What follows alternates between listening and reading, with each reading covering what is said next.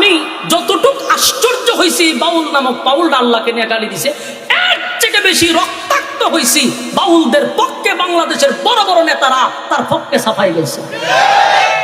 আমি শুধু এতটুকু বলতে চাই, ভাই এটা তো ব্যক্তি না। আমারে গালি দিত আপনি বুঝতাম পক্ষে নিছেন, আমার বাপরে গালি দিত বুঝতাম পক্ষে নিছেন। এটা তো আল্লাহর শানে বেয়াদবি। আল্লাহর শানে যখন বেয়াদবি করছে তখন আপনি কিভাবে এমন একটা লোকের পক্ষ নিলেন?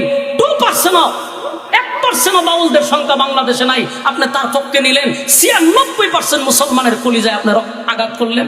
কিন্তু 40 বছর নীরব ছিলেন আমার ওয়ার্ডারে, 13 বছর মাইর খাইছেন আমার ওয়ার্ডারে, মক্কা ছেড়ে মদিনায় আসছেন আমার ওয়ার্ডারে। এবার আমি অর্ডার দিচ্ছি, সব সময় মাথার পাগড়ি মাথায় না, মাঝে মধ্যে মাথার পাগড়ি মাথায় বাঁধতে হবে। গায়েপাড়া যদি দিয়া যদি কেউ ইসলামকে ধ্বংস করতে চায়, আপনি বসে থাকবেন না, যা কিছু আছে সব নিয়ে মাঠে নামেন, আমি আল্লাহ আপনাকে সাহায্য করব। সম্মানিত সুধী, সম্মানিত সুধী,